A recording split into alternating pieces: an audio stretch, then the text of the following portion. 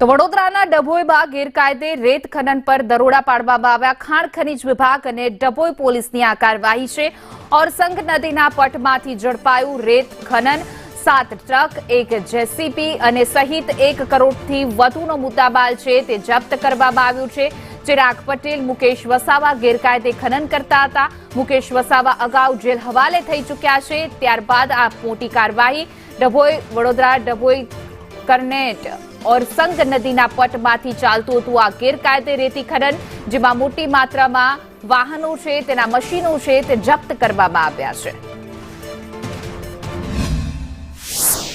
ડભોઈના ઓરસંગ નદીના પટમાંથી કરનેટ પાસેથી જે ગેરકાયદેસર રેતી ખનન ચાલી રહ્યું હતું, છેલ્લા ઘણા સમયથી પ્રતિબંધિત વિસ્તાર હોય તેમજ નદીનો જે બ્રિજ છે રતનપુરથી કરનેટને જોડતો, ત્યાં કેટલાય સમયથી આ રેતી ખનન ગેરકાયદેસર ચાલી રહ્યું હતું અને અત્યારે હાલ સવારમાં ખનીજ દ્વારા 7 જેટલી ટ્રકો અને 1 જેસીબી ઝડપી પાડવામાં આવ્યું છે।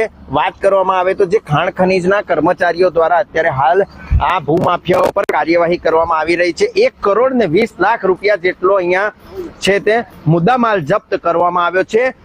હાંસાપુરા ડભોઈ તાલુકાના ચિરાગ પટેલનું આ મશીન કહેવામાં આવે છે। MM વસાવા, જે મુકેશભાઈ વસાવા નામ છે, તેમની પણ ગાડીઓ પકડાઈ છે અને અહીંયા અવારનવાર આ લોકો દ્વારા સતત અહીંયા ગેરકાયદેસર રેતી ખનન કરવામાં આવી રહ્યું છે।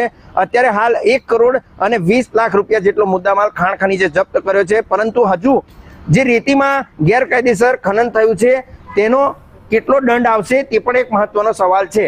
કેતન કુમાર, સંદેશ ન્યૂઝ।